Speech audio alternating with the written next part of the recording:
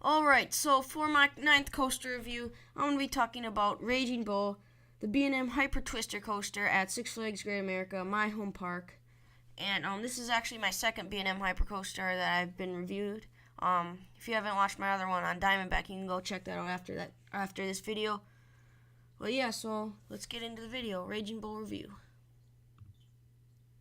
Okay, first up, we got the stats. Like always, Raging Bull has a height of 202 feet, a drop of 208 feet, top speed of 73 miles per hour, a length of 5,057 feet of track. The manufacturer is B&M. The angle of the first drop is 65 degrees. I timed the POV of this ride at 2 minutes and 20 seconds from when it dispatched from the station to when it hit the last brake run. This ride opened May 1st, 1999, and is a steel sit-down coaster. Alright, so for the theming, this ride is obviously themed to Raging Bull, but it actually has a story behind it. So it's kind of a short story, but the story was that the ferocious beast, Raging Bull, terrorized people in the Southwest Territory and made them flee to different parts of the park. And yeah, so that's really the story. But yeah, it's themed to a bull riding. It's in like the Southwest Territory, so it's kind of like Mexican, like the West. Some other rides similar themes. It's got like the drop tower and Viper, the coaster right next to it. But yeah, pretty good theme. Not really any elements during the ride, except the tunnel, if you count that. I don't really know. But yeah, a pretty okay themed coaster. Alright, so next up we have my opinion. Now, honestly, I'm just going to say it. Oh, we got an ad. I'm really sorry about this. Alright, honestly, I'm going to say it just pisses me off when other coaster enthusiasts, like when I'm watching a review or like a top 10 video of B&M Hypers and they put this in last place. They just rip on this ride because, yeah, it's not like the other B&M Hypers. It doesn't have the best airtime. It's trimmed. Doesn't have good stats. Yeah, but honestly, I'd say this is such an underrated coaster. Yeah, they probably think since it doesn't have good airtime to sit in the front row to get the view, but that is not the way to go. Honestly, the back row is easily the best ride on this. Probably the only good spot. The other rows are okay, but back row, incredible. When that first drop, I love coasters. I've already said this before, but I love coasters that have a pre-drop. And this ride has a pre-drop too. A pre-drop, and like the drop just comes out of nowhere. Like it's so much ejector time. You're out of your seat for pretty much the whole drop, and it lasts so long into that tunnel. And it's got some great high-speed turns, some low to the ground, and at the end in some high like hammerhead turns. It has a couple of those, and it has some decent airtime moments. I think a couple of the airtime hills are trimmed a little bit, but that's normal on a B&M Hyper. But it's just overall great ride.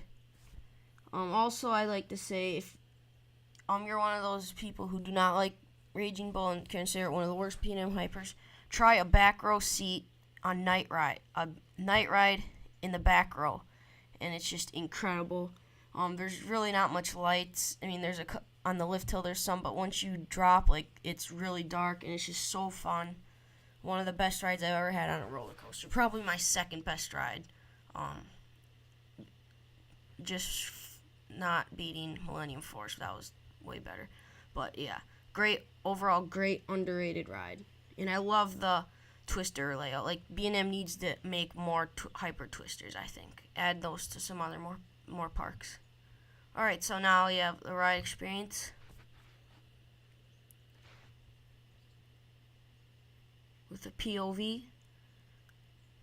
Alright, so first we just got a slight dip to the left. Oh, why is it lagging? Alright, we'll just skip up the lift hill. Okay. So first we got the P. I wish it had a back row POV, but it doesn't. So we got the pre-drop, and then 208-foot drop into a tunnel. One of the best drops on a B&M Hyper. Now we got 155-foot hammerhead turn. Dropping again. And now we got first airtime hill. It is trimmed, but it's still, which is disappointing, but it's still good. Then we got nice high-speed turn, or hill with a little turn to the left.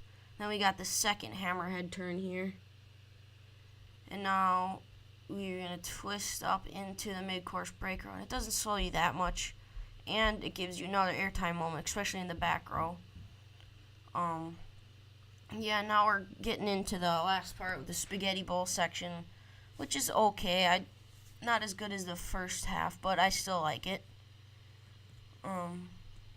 So here we have some more helixes and low to the ground. You're still going pretty fast. Not super fast, but some low to the ground turns, some helixes.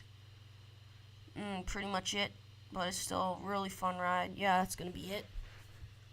So hope you enjoyed your ride on Raging Bull. Alright, some similar rides. We have Titan at Six Flags Over Texas. Also Goliath at Six Flags Magic Mountain. They're pretty much the same thing. That's on the bottom left.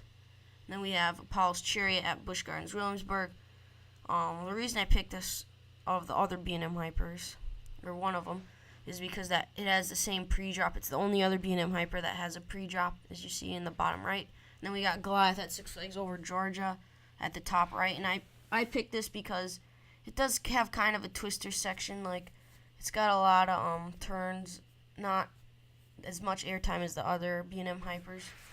And all these are just like Raging Bull, great rides.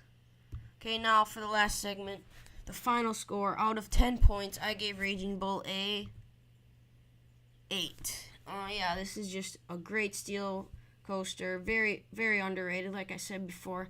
Definitely one of my favorites. It's going to stay in my top 10 coasters, at least top 10 steel coasters for a while. Alright, so that's going to be it for today.